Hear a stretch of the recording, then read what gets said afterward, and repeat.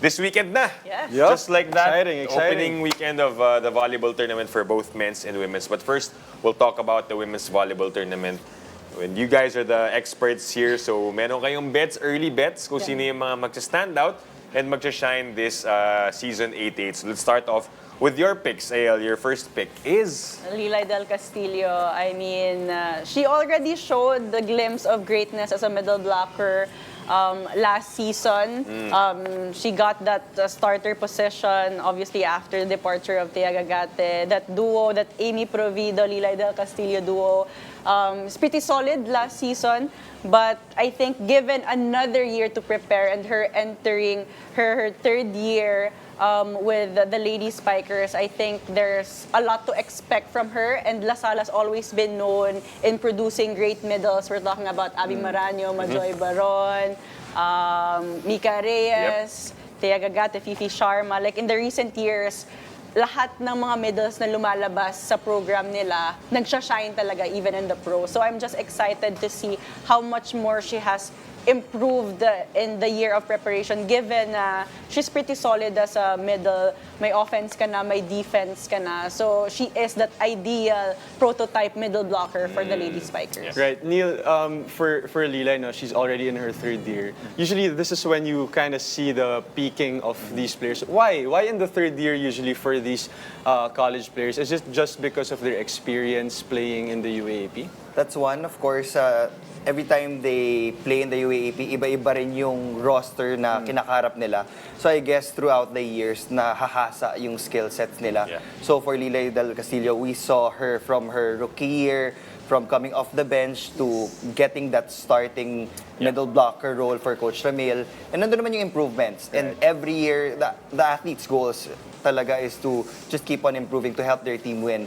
The main goal is to get that championship, and if she develops her overall skill set, ang laki ng maitutulong niya for La Salle because there were times na it's either magfo-focus siya sa blocking or magfo-focus siya sa attacking. Right. But if you're in that starting unit, you have to be able to get the balance of both. You have to be able to get the numbers both on defense, pagdating sa blocking, get those rebounds to help your teammates have an easier time to transition to your offensive pattern. And of course, yung attack points, malaking bagay yan. You want the middle blockers of the other team to commit to you, to your approach. So if magagawa ni Lila yon, La Salle will really be a heavy contender pa din. And you can see based on the clip, she really has that natural confidence, di ba? For Lei Del Castillo, sabi nga niya, maganda yung connection nila, yung samahan nila ni Amy Provido. So we'll see that in the opening weekend for La Salle. Let's get a pick of yours, Neil. Sino yung unang napili mo that will shine this season? Ako, I chose Clara Loresco from FEU. I chose her because there's a void na naiwan sa pag-alis ni Jean Asis. Yung numbers ni Jean Asis, malaki-laki yon for Coach Tina Salak. She can easily score 15 to 20 points, I would say. You can give her a differential set, you can give her a quick attack, a slide. Everything's there. So I think Clara Loresco will be a good replacement for her. After her UAAP stint, diretso siya ng Alas Pilipinas. So she had a lot of international exposure.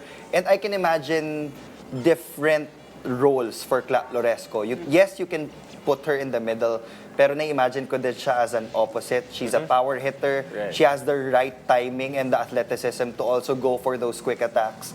Kaya I'm excited for her. We have yet to see the full potential of Clara Loresco. We saw great moments when she played with the Las Pilipinas, but I think that Tin Obaldo can unlock her full potential given the right sets. Ayal, for Clara Loresco, as Neil mentioned that she had experience with Alas. How does that help and translate to the UAP? Is that an advantage or sometimes ibang system yung Alas? So how does that work within volleyball? No, I believe whenever you're given that opportunity to play for the national team, that automatically becomes an advantage for you, especially when you're still playing in the UAAP. Because playing at that elite level, playing for the national team also means that you get to play with the best of the best in the country. And I'm sure she has learned a lot from the other middles, from the other players, and she can bring that back, not just for her own performance, but to her team as well. So, like what Neil said, it's gonna be exciting what roles she will be playing this season for FEU. Right, she can, I think there were some times nung season 87 na naglalaro na siya as opposite, di ba? So,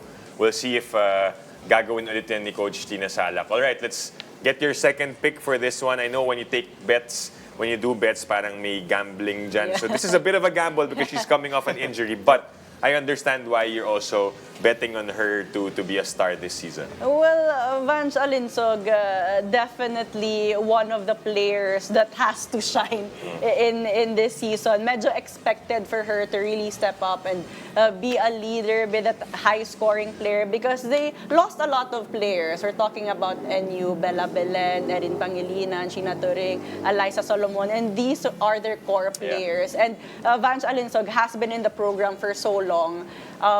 She's been playing with Lams Lamina, and we can expect that connection just getting stronger. And Vange Alinsog has always been an explosive and lethal attacker, but it's gonna be exciting what else she can offer this season. A variety of attacks, maybe better in terms of defense, but as an attacker, she has always stepped up for NU. But yun nga, Neil also mentioned earlier na you have to have that complete skill set, especially na outside hitter pa siya. Right. When you talk about Vange, Neil, what do you see her, improving? Obviously, coming from an injury, diba? What do you see her getting to that next level? Anong gagawin niya for NU? Right now, I think it's just really her maturity because before, she had a lot of support from her seniors. Bella Belen and Eliza Solomon took up most of the production role for NU. But now, she is really going to be the main wing spiker for National University. And every time may graduate, in my head, binibilang ko kasi yung numbers na napoproduce nila. So the fact that you're losing the numbers of Eliza Solomon and Bella Belen. Big shoes. Big shoes to fill in talaga yon. And Bella is an all-around player. Correct. So more than anything else, I don't think there's any problem with the offense of Vange Alinsog. She always brings the firepower, but yung pinaka-importante for her to be stable in receiving and digging. Kasi yan ang pinaka-importante as an outside hitter. I am quite sure that she will be occupying the first outside hitter position. Very physical role yon, and bulk of the sets will go to her. I can see that already. Yeah.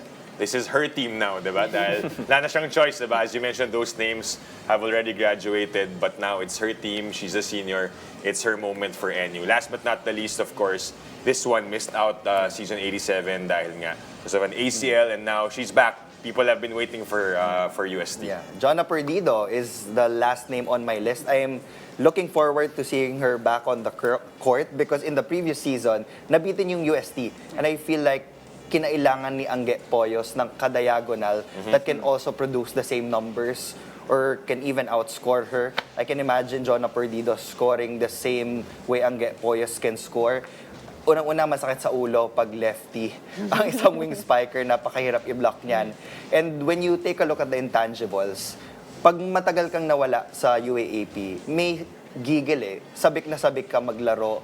You want to be able to hit all of those balls being set to you. So that can also be a factor for UST. Yung refreshed energy and yung eagerness ni Jonna Perido to play for UST. And hopefully, that has always been the target. They really want to get to the promised lands, as we mentioned before, to get that championship trophy for UST.